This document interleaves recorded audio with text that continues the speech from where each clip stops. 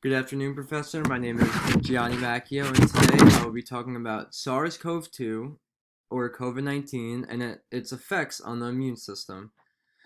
So, in this presentation, you will get to learn what a virus is and how it spreads, the immune response that happens when a virus is detected, the symptoms that are caused by the virus, how it is treated, and how it can mutate.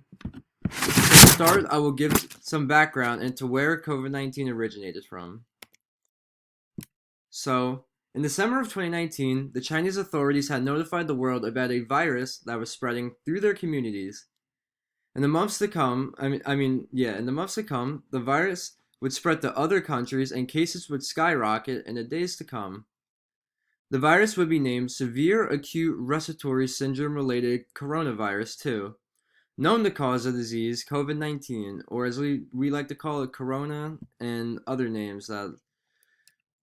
So, what is a virus and how does it spread? So, a virus in a nutshell is really not much at all. It's a bit of RNA, DNA, a few proteins, and an outer hull. Some may even argue that a virus isn't even a fully functioning organism. So, these types of organisms have no ability to do anything alone at all and can only survive by infecting other cells. When an infected person coughs, sneezes, talks, there are droplets or particles that hit the air or land on items and surfaces.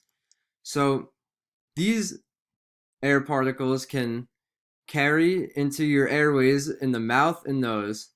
The virus makes its journey through the body in these airways and will make its way deeper into your body.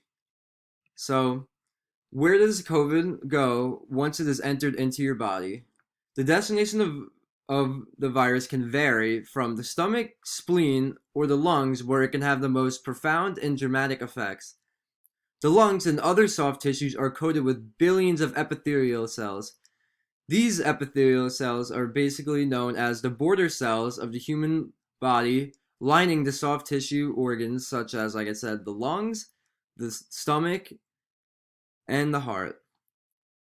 So, the breakdown of these materials in the cell.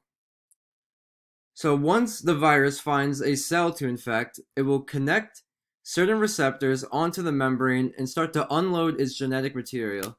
So, in this picture, we have a coronavirus, and its way to connect to the membrane is by using its protein receptors, and it connects to it, and inside it has its genetic material, and once it is connected, it will basically download and alter the cell into producing more copies of itself.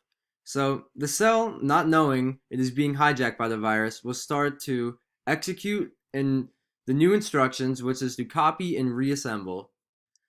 Once the cell reaches a critical point and is overfilled and oversaturated with corona particles, it will basically just explode and self-destruct, releasing new copies of the virus and ready to attack new cells. The number of infected cells start to multiply at an exponential rate. After about 10 days, millions of cells can be infected and billions of coronavirus start to rush and invade the lungs. But this isn't even the worst part at all. The virus has not caused really much harm yet at this point, but now it will release the real beast on you, which is your own immune system. While the immune system is very helpful and is a finely tuned machine at stopping and helping your body recover from pathogens and other infections, when it can be very dangerous to ourselves when a virus is detected and should be closely monitored. So, the first immune response in a person's body is to initiate immune cells, in this case to the lungs, to fight off infection. While this takes place, the virus can start to infect the immune cells. Immune cells communicate by cytokines, which are small proteins that are crucial in controlling the growth and activity of other immune cells and blood cells. Cells that are infected with the coronavirus will start to send distress signals through their cytokines to other immune cells, which can waste resources and cause even more damage to the lungs. So there are many immune cells, but the two types of immune cells that have really critical effects on this immune response are neutrophils and killer T cells. So neutrophils, which is the picture on the bottom, kills and digests bacteria and fungi to help your body fight infection and heal wounds. As they appear in the thousands and start to rush your lungs, they start to release enzymes that will both kill helpful and harmful cells in the body.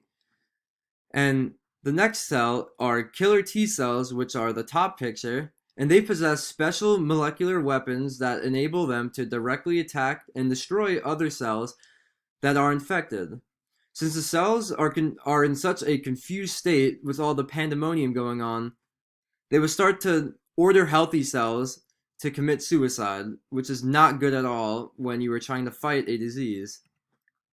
So basically, the gist of it is that the more immune cells that arrive, the more damage that can be caused to healthy lungs and the healthy cells in lung tissue. In some cases, the immune response can be so severe that it can lead to permanent and irreversible damage, such as fibrosis, and cause lifelong disabilities. Thankfully, in most cases, the immune system will start to gain control back of your body slowly. It will kill the infected cells, intercept viruses trying to infect new cells, and will clean up the war that just took place in your body. So, severity and symptoms. So, symptoms and severity can range from person to person, but most people that are infected with the virus will experience mild symptoms such as a fever, body ache, shortness of breath, sore throat, and more. The most telltale and unique sign of a person having COVID is their loss of taste and smell. When I had COVID, I had basically just a sore throat, a little minor fever, cough, a runny nose, and that's really it. Thank God, because I know other people have gotten it terribly, and I'm just thankful that I did not get that. I would say the worst part for me was just sitting in my room for 10 days doing nothing. But back to the presentation. In severe cases, millions of epithelial cells die and cause the lungs' protective lining to deteriorate. This causes alveoli, which are tiny air sacs in the lungs that create oxygen, get infected by bacteria that aren't normally a big issue at all. So as a result, a person can contract pneumonia and breathing can become hard and can even fail, which is not common at all, and it only happens in around 0.4% of people that are infected with the virus. Ways to treat the virus. So, in the most common and controlled cases, a person should take the necessary steps in order to receive the best way possible to support your body's natural defenses.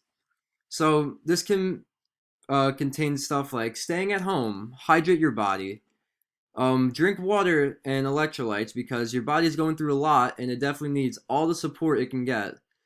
Get plenty of rest to help your body fight the virus.